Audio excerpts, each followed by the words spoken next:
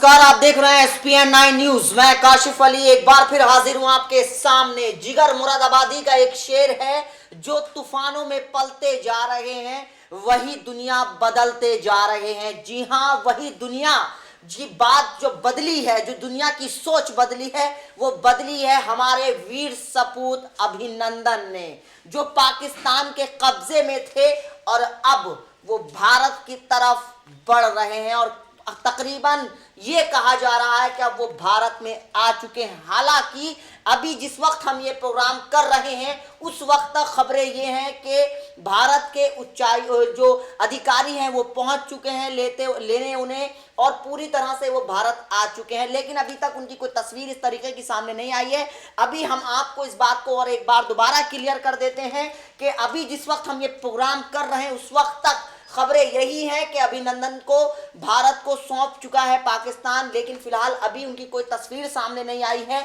अभी जो है आर्मी की तरफ से एक प्रेस कॉन्फ्रेंस होगी, उसमें भी ये बातें कही जाएंगी कि क्या क्या रहा और किस तरीके से अभिनंदन को पाकिस्तान से लाया गया और किस तरीके से। देखिए, कल जिस तरह से इमरान खान ने अपनी संसद के अंदर ये बात कही थी, जोर शोर से उन्होंने ये बात मुद्दा कहा था कि हम अभिनंदन को भारत को सौंप देंगे। हालांकि लगातार दोपहर से ये बात कही जा रही थी कि 2 बजे वो आएंगे, फिर 4 बजे का टाइम हुआ, फिर 6 बजे का हुआ। तमाम तरीके की खबरें इस बारे में कही जा रही थी, अटकलें लगाई जा रही थी कि आखिर पाकिस्तान देरी क्यों कर रहा है, आखिर पाकिस्तान की तरफ से क्यों इस मामले में देरी की जा रही है। जब कागजी कार्रवाई पूरी हो चुकी है, जब कागजी प्रक्रिया पूरी हो चुकी है, तो आखिर क्यों अभिनंदन को इतनी देर तक रोके रखा, ये एक बड़ा सवाल खड़ा हो रहा है। हालांकि मैं आपको थोड़ा टेक्निकल चीजें बता देता हूं इसमें कि क्या आखिर जो प्रोटोकॉल होता है उसमें मेडिकल भी किया जाता है, पाकिस्तान की तरफ से मेडिकल किया जाता है, भारत में आके मेडिकल किया जाता है, थोड़ी सी कागजी कार्रवाई होती है, वीजा इमिग्रेशन के ऑफिसर्स भी मौजूद होते हैं। तो ये सारी प्रक्रिया है जिसको लेकर लगातार देर होती गई। दोपहर से लगातार ये खबरें आ रही थी, लगातार हमारे सहयोगी वाघा बॉर्डर पर बने हुए थे, लगातार इस चीज़ को बता रहे थे कि क्या वहाँ पर चल रहा है, लगातार एक अपडेट हमारे पास आ रही थी। लेकिन हम लगातार आपको वो खबर देने की कोशिश कर रहे थे जो सटीक हो, जो सच हो। तो लगातार इस चीज़ को समझने की ज़रूरत है कि आखिर पाकिस्तान से जो देरी हुई है उसको लेकर एक ये भी बात सामने आई है कि पाकिस्तान बहुत से सुरक्षा कारणों की वजह से दिन में नहीं देना चाह रहा था। अभी एक खबर आई अभी लगातार कि पाकिस्तान ने इस वजह से देर की क्योंकि वो नहीं चाहता कि कुछ पाकिस्तान की जो गतिविधियां हैं वो दिन में जाकर दिन में देखें और रात को अंधेरे में जो है वो सौंपा जाए। तो इस वजह से भी कहा जा रहा है कि अंधेरे में थोड़ा सा सुरक्षा कारण बताए जा रहे थे, इस वजह से अभिनंदन को भारत में देरी सौंपे। हालांकि पूरे भारत में इस चीज़ को लेकर इंतजार था, जश्न मनाया जा रहा था।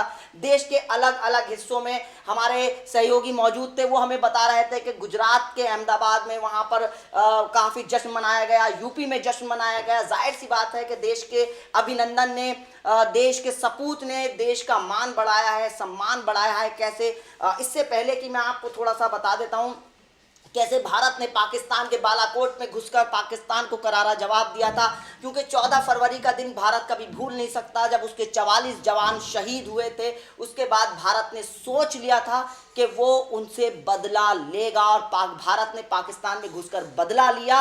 और फिर देखें कि किस तरीके से, हालांकि अगले दिन जब 27 फरवरी को पाकिस्तान के कुछ विमान भारत में घुसे थे, हालांकि भारत के जो जहाज थे उन्होंने उनको बाहर भगा दिया। और हालांकि हमारा उसमें MiG-21 एक क्रैश हो गया था और हमारे जो ये एक जाबाज सिपाही थे, जो हमारे वीर सपूत थे अभिनंदन, वो पाकिस्तानी सीमा में घुस गए थे, वहां पर पहुंच चुके थे। लेकिन जब आपने देखा कि लगातार इस तरीके की वीडियो सामने आ रही थी, अभिनंदन को जब पकड़ा गया था तो उनसे कबूलवाने की कोशिश की जा रही थी कि आप कुछ सूचनाएं जो है वो उनको दे दें। लेकिन भारत के सपूत ने अपनी जबान नहीं खोली और साफ तौर पर कह दिया कि मैं आपको कुछ नहीं बता सकता। तो ये जज्बा होता है देश के लिए, ये सैनिकों का जो जज्बा होता है बहुत अलग तरीके का होता है। शायद ये जज्बा हर भारतीय में शायद इस तरीके का जज्बा होता है, लेकिन कम होता है। लेकिन सैनिकों में जो जज्बा होता है वो देश पे मर मिटने के लिए होता है। और शायद उनको एहसास भी नहीं होगा, जब वो पाकिस्तानी सीमा में उतरे थे तो उन्होंने सबसे पहला सवाल यही पूछा था कि क्या मैं अब पाकिस्तान की सीमा में हूँ।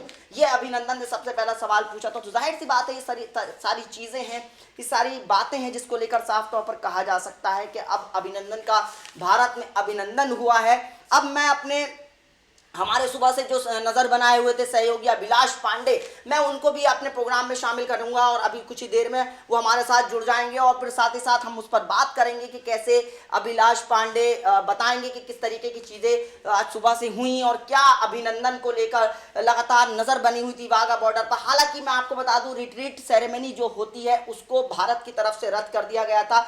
पाकिस्तान एक अलग तरीके का संदेश देना चाह रहा था कि रिट्रीट सेरेमनी पूरी दुनिया देखती है, उस वक्त मौजूद होती है, तो ये जाहिर सी बात है कि पाकिस्तान बहुत सारी चालें चल रहा था, लगातार इस तरीके की चीजें चल रहा था। मेरे सहयोगी लगातार सुबह से बने हुए थे अभिलाष पांडे, मैं अभिलाष पांडे को अपने प्रोग्राम में शामिल करूंगा। अभिलाष जी, आपका बहुत बहुत स्वागत है। सबसे पहले तो हम आपको मुबारकबाद देना चाहेंगे कि हमारे अभिनंदन ने पाकिस्तान के मुंह में घुसकर पाकिस्तान को जवाब दिया और भारत में कदम रखा।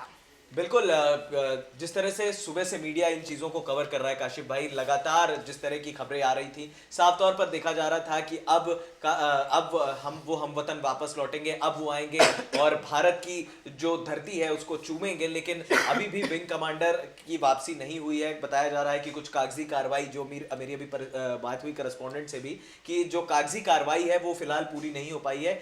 इस वक्त हो सकता है कि आधा पौना घंटा और लग जाए। लेकिन अगर विंग कमांडर को जिस तरह से रिहाई की, क्योंकि जो खबर आई थी कि करीब 2-2.5 घंटे पहले ही विंग कमांडर को पाकिस्तान की तरफ से छोड़ दिया गया था। उसके बाद मेडिकल चेकअप हुआ, पहले पाकिस्तान के डॉक्टर्स करते हैं और उसके बाद भारतीय डॉक्टर्स चेक करते हैं, कंफर्म करते हैं कि भैया चोट तो नहीं लगी है, बीपी हाई है या लो है, ये सारी चीजें देखी जाती हैं और उसके बाद फिर एक कमांडर को छोड़ा जाता है जिनेवा कन्वेंशन के मुताबिक। अब हो सकता है कि कुछ कागजी कार्रवाई पूरी ना हो पाई हो, क्योंकि काफ़ी सारी चीज़ें पूछी भी जाएंगी। वहाँ पर उच्चायुक्त भी पहुंचे हुए हैं और ये भी पूछा जाएगा कि जो वीडियो जारी हुई उसमें किस तरह की कार्रवाई की गई है, ये सारी चीज़ें पूछी। बिल्कुल जाहिर सी बात है कि बहुत सारे प्रोटोकॉल होते हैं, दो देशों का मामला है, दो देश जो जाहिर सी बात है कि अभी फिलहाल के दिनों में युद्ध के मुहाने पर खड़े थे, तो जाहिर सी बात है कि एक सैनिक जो है भारत का उधर पहुंच जाता है और दूसरे मुल्क में अगर आता है तो प्रोटोकॉल के तहत बहुत सी चीज़ें हैं, बहुत सी ऐसी बातें हैं जिसको कागजी कार्रवाई पूरी करनी होती हैं।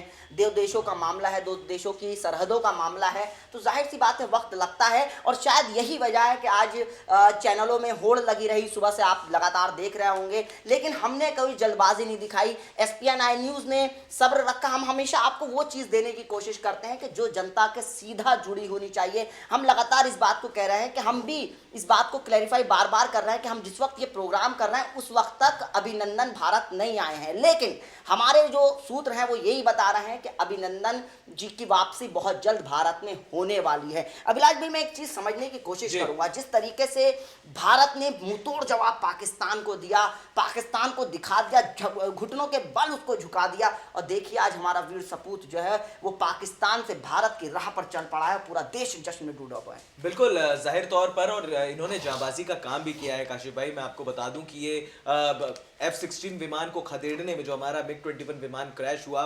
पाकिस्तान तक खदेड़ने में कामयाब हुए थे अभिनंदन। और उसके बाद जब विमान क्रैश हुआ तो वो पैराशूट से बताया जा रहा है कि कूदे और उसके बाद धरती पर पता नहीं लगा उनको कि वो हिंदुस्तान की धरती पर है या पाकिस्तान की धरती पर जब वहाँ उनका लोकल लोगों से आमना सामना हुआ तो उन्होंने पूछा कि कौन सा मुल्क है, तो लोगों ने चालबाजी भी खेली, उनसे पूछा भी कि नहीं भाई ये हिंदुस्तान है, तो फिर उन्होंने भारत माता की जय के नारे लगाए इस तरह की, क्योंकि पाकिस्तान के अखबार द डॉन ने ये कंफर्म किया है इस तरह की खबरों को। उसके बाद अब्दुल रज़ाक, वहाँ के जो नागरिक हैं, उन्होंने भी ये कहा है कि उसके बाद इन्होंने हवा में फायर किया, जिसके बाद लोकल लोगों ने उनका पीछा किया, काफ़ी देर तक उन्होंने छकाया। उसके बाद उनकी काफ़ी लड़ाई भी हुई, वहाँ के कुछ कई युवा लोग भी सड़कों पर आ गए थे, फिर उन्हें मारा गया।